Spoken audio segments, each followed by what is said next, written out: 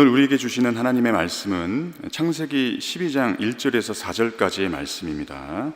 구약성경 14쪽입니다. 봉독하겠습니다. 여호와께서 아브라함에게 이르시되 너는 너의 고향 친척과 아버지의 집을 떠나 내가 내게 보여줄 땅으로 가라. 내가 너로 큰 민족을 이루고 내게 복을 주어 내 이름을 창대하게 하리니 너는 복이 될지라. 너를 축복하는 자에게는 내가 복을 내리고 너를 저주하는 자에게는 내가 저주하리니 땅의 모든 족속이 너로 말미암아 복을 얻을 것이라 하신지라. 이에 아브라함이 여호와의 말씀을 따라갔고 롯도 그와 함께 갔으며 아브라함이 하란을 떠날 때 75세였더라. 아멘. 1994년 3월 13일 제가 남대문 교회를 떠날 때 주일 오전 예배 설교를 했다고 말씀을 드렸는데 오늘 본문이 그때 설교 본문입니다. 혹시 그때 설교 기억나시는 분 계신가요? 만일 계시다면 좋은 의미에서 비정상입니다. 칭찬인지 욕인지 잘 생각해 보시기를 바랍니다. 설교자인 저 자신도 설교 내용이 다 기억되지 않는데, 그러나 설교를 시작하면서 이런 말씀을 드렸던 것은 기억이 납니다. 1994년 2월경으로 기억이 되는데, 당시 호산나 찬양대 대장이신 김의철 장로님께서 호산나 찬양대원들과 그때 교육자 가운데는 제가 참석을 했는데 천마산 스키장에 간 일이 있습니다. 난생 처음 스키를 탔습니다. 물론 스키 장비가 있었던 건 아니고 스키 장비를 대여해서 탔는데 놀라운 것은 기초 코스를 무난히 탔다는 것입니다. 그때 스키를 타기 전에 강사가 강의를 약간 했고요. 실습을 좀 받았는데 좋은 결과가 나타난 것입니다. 그때 강사가 했던 말 중에 지금도 어렴풋이 생각나는 것이 있습니다. 정강이를 살짝 앞으로 미는 기분으로 기본 자세를 취하라는 거예요. 사실 초보자들은 그게 잘 안 됩니다. 스키는 경사로에서 타잖아요. 근데 정강이를 살짝 앞으로 민다? 그러면 앞으로 고꾸라질 것 같습니다. 그게 잘 안 되는 거예요. 엉덩이를 뒤로 빼게 되고 그러면 자연히 뒤로 넘어지게 되는데, 저도 초보자이기 때문에 처음에는 잘 안 됐어요. 그런데 시간이 지나면서 앞서 말씀드린 대로 기초 코스를 무난히 탔습니다. 그때 제가 깨달은 것이 있습니다. 모든 운동에 그러하듯이 스키에는 원리가 있구나. 원리에 충실하는 것이 굉장히 중요하구나. 그런 말씀을 1994년 3월 13일 날 제가 했어요. 그러면서 신앙에도 중요한 원리가 있는데 그것은 떠나는 것이고 가는 것이다. 그래서 이것이 너무나 중요한 것이기 때문에 30년이 지났지만 너무나 중요한 것이기 때문에 다시 말씀을 드리려고 합니다. 우리가 살아가는 우리의 삶의 모습을 관찰해 보면 떠남의 연속이라는 거 알 수 있지요? 세상에 태어나면서는 모태에서 태어나고, 젖을 먹다가는 엄마 젖에서 떠나고, 유치원에 입학하면 엄마 품에서 떠나고, 시집장가 가면서 부모를 떠나고, 그리고 세상에 살면서는 수없이 정든 사람을 떠나고, 그리고 마지막에는 사랑하는 가족을 떠나는 것이 인생 아니겠습니까? 그런데 모든 떠남에는 공통점이 있어요. 그것이 무엇입니까? 아픔입니다. 그러니까 떠나는 게 쉬운 게 아니에요. 떠나면은 반드시 아픔이 있기 때문에. 그런데 우리가 떠나는 걸 의미 있게 떠나면, 떠나는 걸 잘 떠나면 아픔도 떠남도 창조적인 아픔이 된다는 것을 여러분들이 기억하시면 좋겠습니다. 오늘 말씀을 보면 하나님께서 아브라함에게 떠나라고 말씀하시지요? 어디를 떠나라고 말씀하십니까? 고향과 친척과 아버지 집을 떠나라. 떠나는 게 쉽지 않지요. 아브라함이 살던 시대는 혈연 중심 사회, 지연 중심 사회, 폐쇄 사회였습니다. 외부인들을 경계하고 대적하던 시대였습니다. 고향과 친척과 아비 집은 든든하게 여길 수 있는 대상입니다. 생명의 보호막과 같은 역할을 했던 것이 그게 고향과 친척과 아버지 집입니다. 그런데 떠나라는 거예요. 얼마나 힘들었겠습니까? 언제 떠나는 것이 가능했겠습니까? 답은 간단하지요? 고향과 친척과 아버지 집보다 하나님을 더 신뢰할 때, 하나님을 가장 신뢰하면 떠날 수 있지요. 우리가 세상 살아가면서 권세가 있는 사람들, 배움과 재물이 많은 사람들은 하나님을 믿는 게 쉽지 않아요. 왜 그래요? 세상적으로 의지할 게 있기 때문입니다. 그러니까 권세가 있는 사람들이, 배움과 재물이 많은 사람들이 하나님을 섬기는 건 대단한 거예요. 그러니까 사실 쉬운 게 아닙니다. 예. 그런 점에서 아브라함이 고향과 친척과 아버지 집을 떠나는 것은 쉽지 않은 일이었어요. 그런데 우리가 여기서 꼭 기억할 것이 있는데 뭐냐 하면, 내가 세상적으로 든든하게 여기는 것이 언제까지나 든든한 게 아니라는 거예요. 여러분 지금 생각할 때 굉장히 든든한 거 있습니까? 부모님이 든든합니까? 자식이 든든합니까? 건강이 든든합니까? 지위가 든든합니까? 그게 언제까지나 든든한 게 아니라는 거예요. 든든한 부모님이 떠날 때가 있잖아요. 똑똑한 자식과 헤어질 때가 있잖아요. 예. 세상적인 지위에서도 내려올 때가 있잖아요. 지식이 힘을 발휘하지 못할 때가 있잖아요. 그래서 우리가 듣는 말이 뭡니까? 나이 먹으면 다 평준화된다는 거예요. 지식이 있는 사람이나 지식이 없는 사람. 왜 지식이 있어도 힘을 발휘하지 못할 때가 있어요. 재물도 그렇고요. 건강도 마찬가지입니다. 그러니까 여러분 지금부터 슬슬 떠나는 훈련 하셔야 돼요. 떠나는 훈련 안 하면 나중에 당황합니다. 예. 그러니까 지금부터 슬슬 떠나는 훈련하는 것이 인생을 지혜롭게 사는 모습이에요. 근데 성경을 보면 떠나라는, 온통 떠나라는 말씀으로 가득합니다. 좋은 조건에서도 떠나라. 여러분 그런 교훈이 있는 거 아세요? 좋은 조건에서도 떠나라는 거예요. 예. 하나님께서는 우리에게 그렇게 말씀만 하신 게 아니라 당신 스스로 좋은 자리에서 떠나셨어요. 가장 좋은 자리에서 떠나셨어요. 그것이 성자 하나님이 낮고 천한 인간의 모습으로 세상에 오신 성육신 사건 아니겠습니까? 제가 섬겼던 구포교회에서는 사도신경만 주일날 고백하는 것이 아니라 우리 교단이 채택한 신앙 고백서가 몇 가지 있는데 그 가운데 하나 21세기 신앙 고백서가 있어요. 그거를 고백합니다. 그 21세기 신앙 고백서에 보면 성육신의 삶을 사는 것이 성도들이 살아가야 할 삶의 모습이다. 그런 내용이 나옵니다. 예.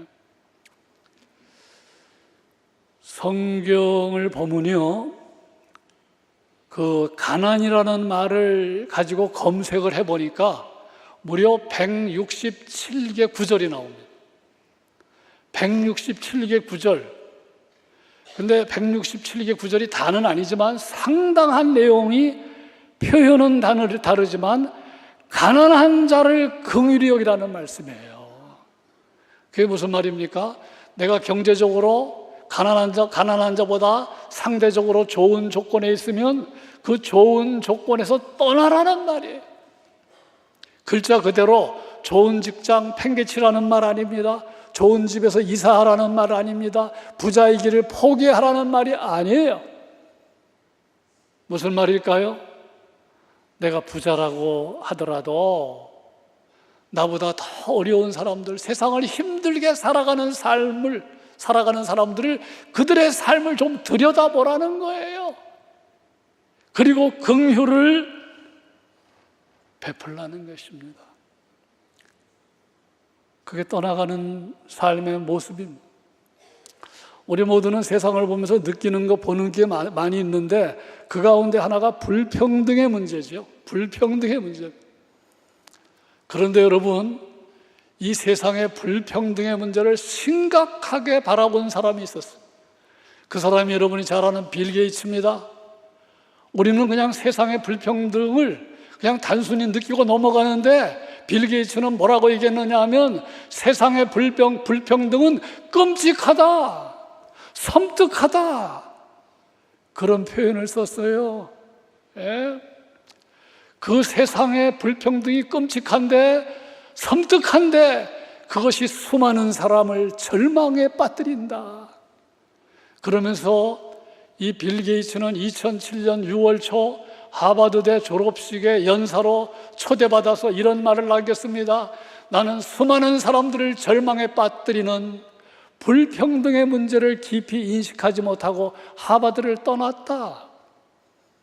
그리고 하버드를 떠난 지 수십 년이 지난 다음에 이 불평등의 문제가 얼마나 심각한 것인지, 섬뜩한 것인지 알아차렸다. 그러면서 이런 말을 이어갔어요. 우리 부부는 어떻게 하면 우리 재산을 가지고 수많은 사람들에게 가장 좋은 일을 할 수 있을지 그거 가지고 고민하고 관심을 갖는다. 그러면서 하버드대 교수들, 동문들, 재학생들에게 이런 도전을 했어요. 여러분은 세상에서 가장 큰 특권을 누리는 사람들인데 아무런 특권을 누리지 못하는 사람들의 삶을 배우고 있습니까? 다시 말하면 그들의 삶에 관심 갖고 있습니까? 그들의 삶에 대해서 마음 아파합니까? 그런 도전을 했던 사람이 빌 게이츠예요. 예? 여러분, 우리가 부자라고 다 존경하지 않는다는 건 다 아시죠? 부자라고 다 존경합니까? 아니잖아요. 그러나 이런 부자 앞에서는 머리를 숙이게 되지 않습니까? 빌 게이츠 앞에 서면 우리는 다 머리를 숙일 수밖에 없어요. 제가 부산에서 목회할 때 제가 심우했던 교회 어느 장로님 이야기입니다. 아주 오래전 이야기인데 한 번은 저에게 전화를 하셨어요. 그 지역교회에 같은 교단은 아닙니다. 지역교회 어느 목사님이 아주 어려운 처지에 놓여 있는데 그 목사님을 한번 신방 가자는 거예요, 저에게. 참 의아하다. 그 장로님은 그 목사님 모르는데 제가 이제 교단은 다르지만 지역에서 연합 활동을 하면서 교제하게 된 목사님인데 그 목사님에 대해서 이야기한 적은 있어요. 그 목사님이 그 당시에 대장암으로 아주 힘겹게 투병 중이었는데 그 사정을 이제 저를 통해서 들었는데 이제 전화가 온 거예요. 신방 가자고. 그래서 같이 동행을 했습니다. 그런데 놀라웠게 전혀 모르는 목사님인데 1,000만 원을 전달하는 거예요. 제가 깜짝 놀랐어요. 예. 여러분, 이것이 바로 좋은 조건에서 떠나는 모습입니다. 없어서 먹지 못하는 건 자랑스러운 것이 아니지만 내가 여유가 있을 때 다른 사람에게 베풀기 위해서 검소하게 사는 거, 그게 바로 좋은 자리에서 떠나는 거예요. 예. 여러분, 그것이 하나님의 뜻입니다. 그래서 무수히 많은 말씀이 가난한 자에게 긍휼을 베풀라는 거예요. 예.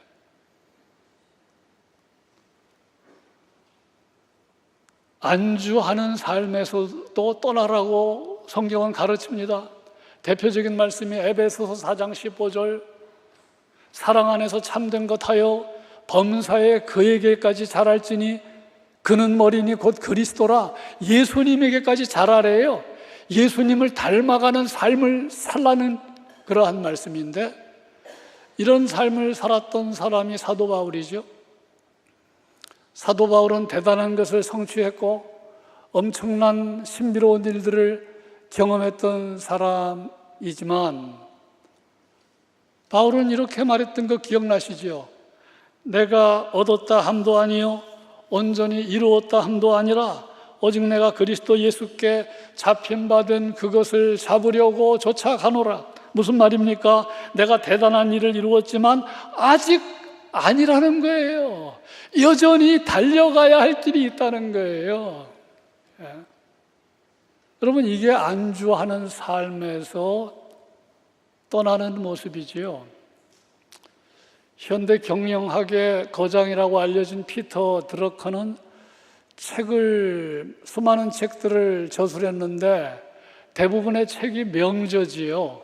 그런데 한 번은 기자가 피터 드러커에게 물었어요.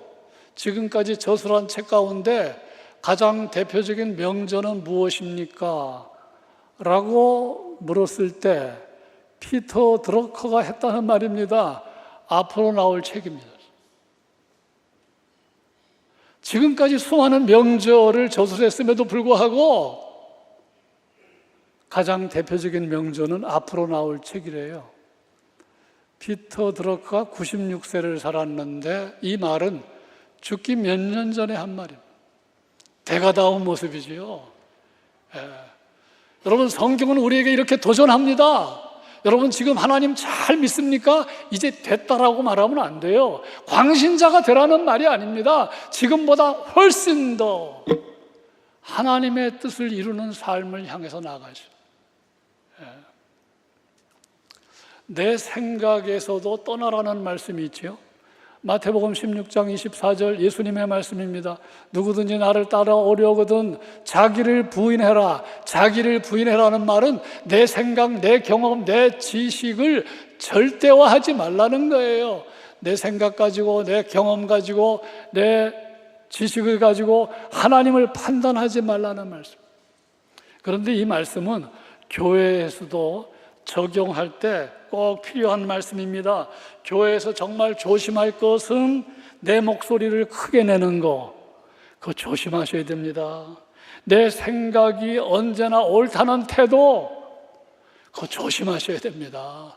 여러분, 내 생각이 반드시 옳아요? 언제나 옳아요? 그렇지 않잖아요. 제가 목회하면서 깨달은 게 그거예요.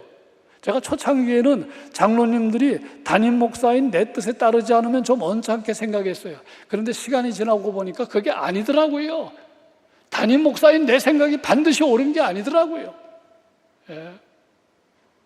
그걸 나중에 철이 들었을 때 깨달았어요.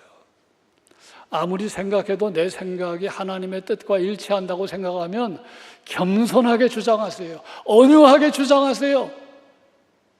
조심할 것은 어떤 경우에도 과격하게 주장하시면 안 돼요. 성경에는 그 외에도 떠나라는 말씀이 많잖아요. 욕심내지 말라. 탐욕의 자리에서 떠나라. 겸손하게 살아라. 교만의 자리에서 떠나라는 거예요. 의에 줄이고 목말라라. 불의에서 떠나라는 거 아닙니까? 돈을 사랑하지 말라. 돈을 사랑하는 자리에서 떠나라. 예. 찾아보면 떠나라는 말씀으로 가득한 것이 성경 말씀.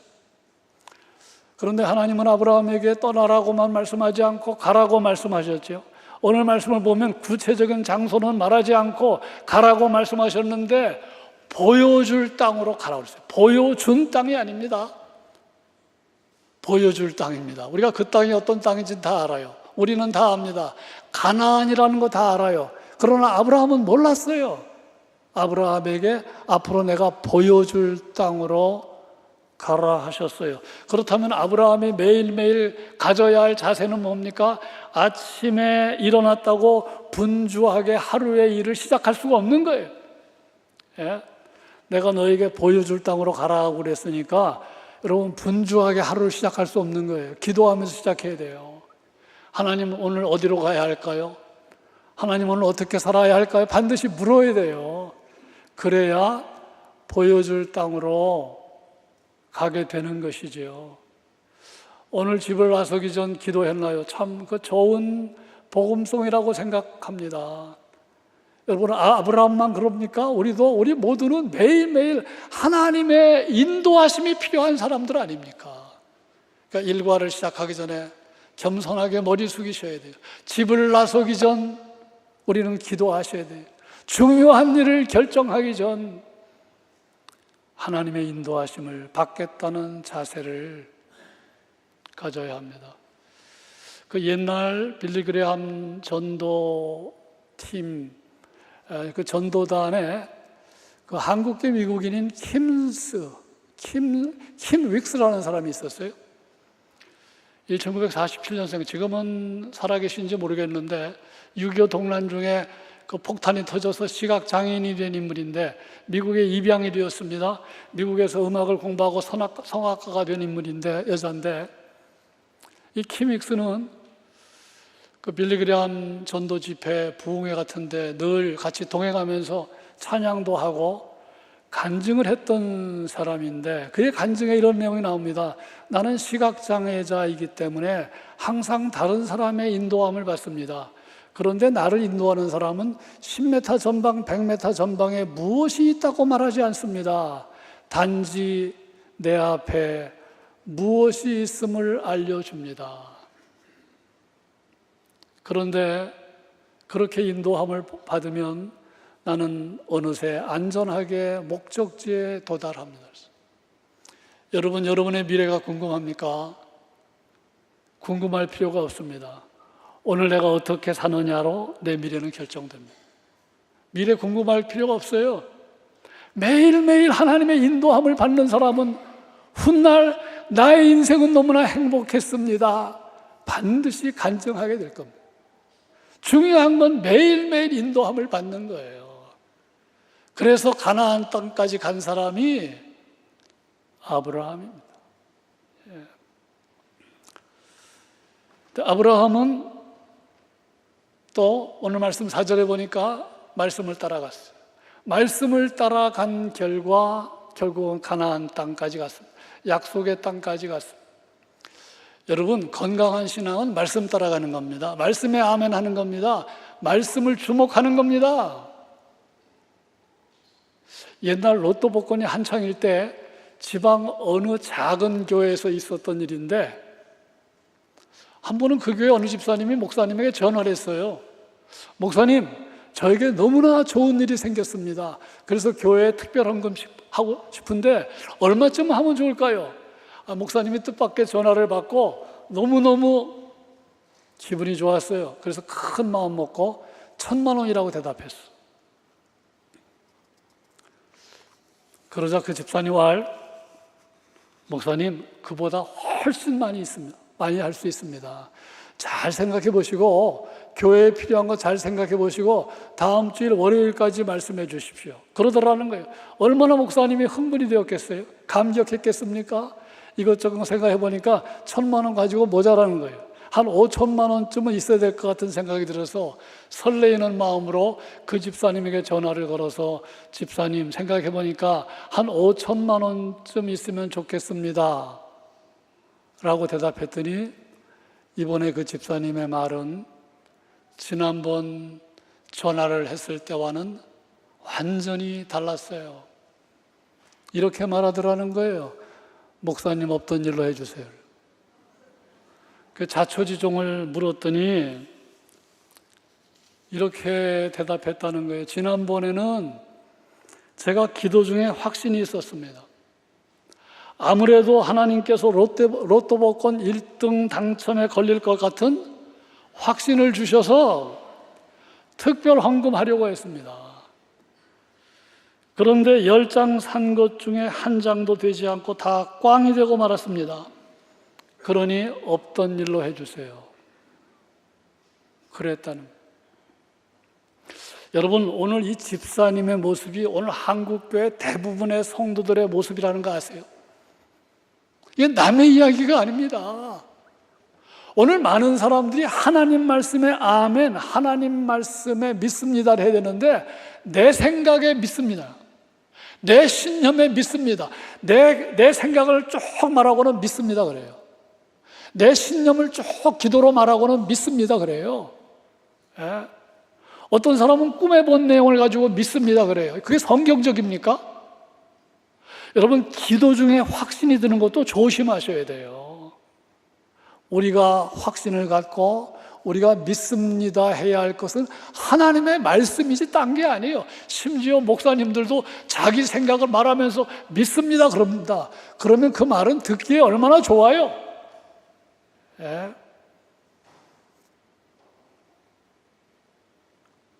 이건 실제 있었던 얘기인데, 부산에서 어느 교회에서 교회를 짓다가 결국은 그 건축 헌금이 감당이 안 돼서 그 교회가 찜질방으로 팔린 교회가 있어요. 하나님, 우리 교회 짓는 것 하나님의 뜻인 줄로 믿습니다. 그렇게 해서 출발했겠죠? 이건 극단적인 얘기입니까? 목사님들이 자기의 생각을 말하면서 이걸 그냥 믿습니다 하는 거예요. 이거 하나님의 뜻이라고 말합니다. 아브라함이 자기 생각에 믿습니다 하면 가나안 땅 갔겠습니까? 말씀을 따라갔기 때문에 간 거예요. 제가 좀 더 실감 있게 말하면 이것도 구별하셔야 돼요. 내가 병에 걸렸다. 내가 말기암 환자다. 그럴 때 하나님, 내 병이 나을 줄로 믿습니다. 그게 성경적입니까? 하나님, 내가 지금 암 4기인데 말기암인데 하나님, 내 병은 나을 줄로 믿습니다. 그게 성경적이에요? 여러분, 그건 성경적이지 않습니다. 뭐가 성경적입니까? 이게 성경적이에요. 하나님, 내가 비록 말기암 환자지만 하나님은 못 고칠 질병이 없으신 전능하신 하나님이신 줄로 믿습니다. 그리고 기도하는 게 하나님의 뜻이에요. 근데 우리는 그런 믿음을 안 갖고 무조건 내 병은 나을 줄로 믿는데, 그건 자기 생각이잖아요. 자기 생각. 이제 말씀을 맺습니다. 여러분, 성경을 보면 온통 떠나라는 말씀, 가라는 말씀이에요. 어딜 떠나라는 거예요? 하나님이 원치 않는 삶의 자리에서 떠나라. 어디로 가라는 겁니까? 하나님이 원하는 삶의 자리로 가라. 그게 하나님 나라 백성의 모습임을 성경은 우리에게 가르칩니다. 그러니까 떠나라는 거는 세상 나라 가치관의 자리에서 떠나라는 거예요. 하나님 나라 가치관의 자리로 가라는 겁니다. 바라기는 우리 남대문교회 성도 여러분, 이 떠나는 거, 가는 것이 신앙의 중요한 원리인 줄 알고, 우리가 평생 씨름해야 할 과제인 줄 알고, 이 떠나는 훈련, 가는 훈련을 잘 감당하심으로 하나님 나라 백성으로 살아가는 은혜가 넘치기를 바랍니다. 오늘 우리 모두가 오늘의 아브라함이 될 수 있기를 주님의 이름으로 축원합니다. 기도합니다. 하나님 아버지, 떠나는 훈련, 가는 훈련이 얼마나 중요한지 깊이 깨닫게 하셔서 평생 씨름하며 살게 하여 주시옵소서. 예수님의 이름으로 기도드립니다. 아멘.